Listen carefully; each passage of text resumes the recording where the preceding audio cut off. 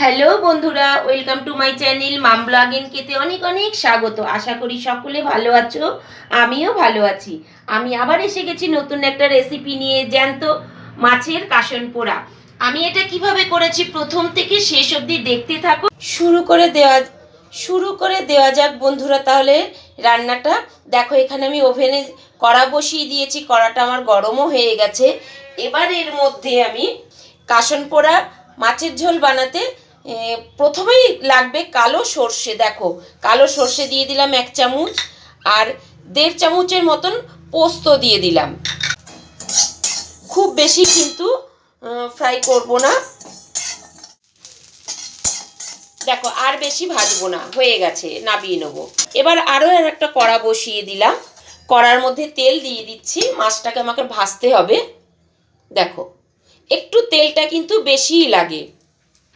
তোমরা যদি সর্ষের তেল দিয়ে কাসন পোড়া ঝোল খেতে চাও তাহলে সর্ষের তেল দিয়েও খেতে পারো। আমার ঘরে সর্ষের তেলটা আমি খুব কমই ব্যবহার করি, সেই কারণেই কিন্তু একটু আমি রিফাইন তেল দিয়ে রান্নাটা সম্পূর্ণ করছি।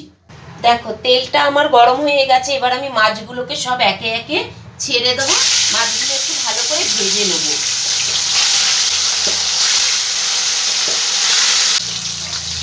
একটা পিঠ খুব ভালো করে ভাজা হয়ে গেছে, এবার মাছগুলো উল্টে দেবো।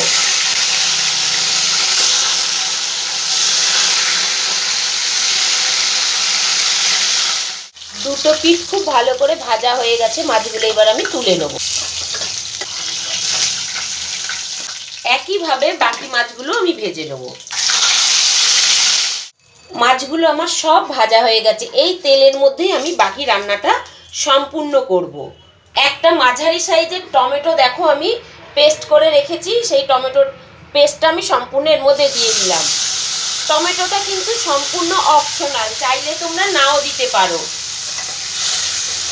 এখন শীতের সময় তো একটু দিলে ভালোই লাগে।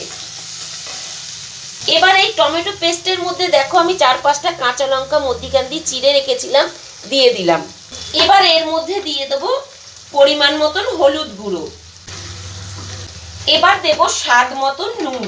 যদি আমার এই রেসিপিটা ভালো লেগে থাকে তোমরা একটা লাইক কমেন্ট শেয়ার করে দেবে। যারা আমার চ্যানেলটাকে এখন অবধি সাবস্ক্রাইব করনি তাদের কাছে অনুরোধ রইল চ্যানেলটাকে সাবস্ক্রাইব করে দিয়ে পাশে থাকা বেল আইকনটা কিন্তু ক্লিক করতে ভুলো না বন্ধুরা।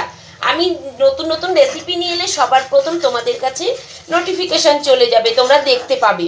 আর হ্যাঁ বন্ধুরা, যারা আমার ফেসবুক পেজ থেকে রেসিপিগুলো দেখছো পেজটাকে একটু ফলো করে দিও। গ্যাসের ফ্লেমটা আমি এবার হাইতে দিয়ে দিলাম। অসাধারণ লাগে জানো তো, গরম ভাতে এই শীতকালে ভীষণ সুন্দর লাগে। যদি হাতে সময় না থাকে ঝটপট করে তোমরা এইভাবে কাসন পোড়া মাছের ঝোল করে নিতে পারো। জ্যান্ত মাছ দিয়ে এই কাসন পোড়া মাছের ঝোলটা অসাধারণ লাগে খেতে। আর বরফের মাছ দিয়েও খারাপ লাগে না খেতে, তবে জ্যান্ত মাছ দিয়ে আমি বলবো করে খেয়ে তোমরা একবার একটু দেখবে। একটু ভেজে নেবো টমেটোটা, তাহলে কাঁচা গন্ধটা এখান থেকে চলে যাবে। টমেটোটা বারবার বলছি টমেটোটা কিন্তু অপশনাল, তোমরা কিন্তু নাও দিতে পারো, তাতে কিন্তু কোনো অসুবিধা নেই। মাছটা ভাজার পর তোমরা জল ঢেলে দিতে পারো, জল ঢেলে কাঁচা লঙ্কা দিয়ে তারপরে তোমরা রেসিপিটা করতে পারো। তবে টমেটোটা দিলে স্বাদটা আরও একটু অন্যরকম লাগে। দেখো হয়ে গেছে আমার টমেটোটা ভাজা। এবার আমি পরিমাণ মতন জল দিয়ে দেবো এর মধ্যে।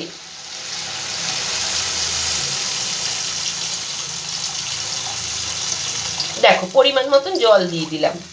এবার ফুটে ওঠা অবধি আমি একটু অপেক্ষা করব। ঝোলটা আমার ফুটে উঠেছে।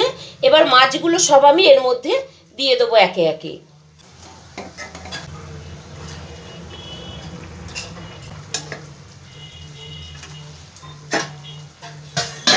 ভালো করে একটু নাড়াচাড়া করে দেবো।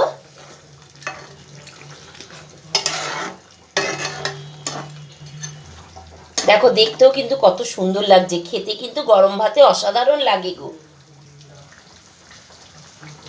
তোমরা একবার করে খাবে, খেয়ে কিন্তু কমেন্টের মাধ্যমে আমাকে জানাতে কিন্তু ভুলো না বন্ধুরা।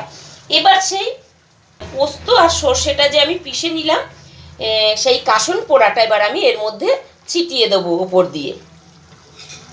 দেখো ভর্তি ভর্তি করে 2 চামচ আরও 1/2 চামচ আমি দিয়ে দিলাম।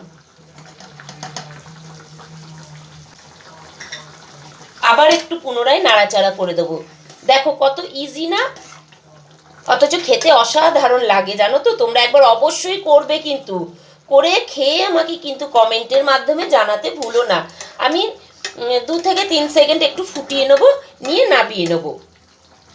তোমরা চাইলে কিন্তু সর্ষের তেল দিয়েও করে খেয়ে দেখতে পারো, অসাধারণ লাগে। আমার ঘরে আমি সর্ষের তেল দিয়ে একটু কমই রান্না বান্না করি, তো সেই কারণে আমি সর্ষের তেল দিয়ে না করে আমি রিফাইন তেল দিয়ে করলাম।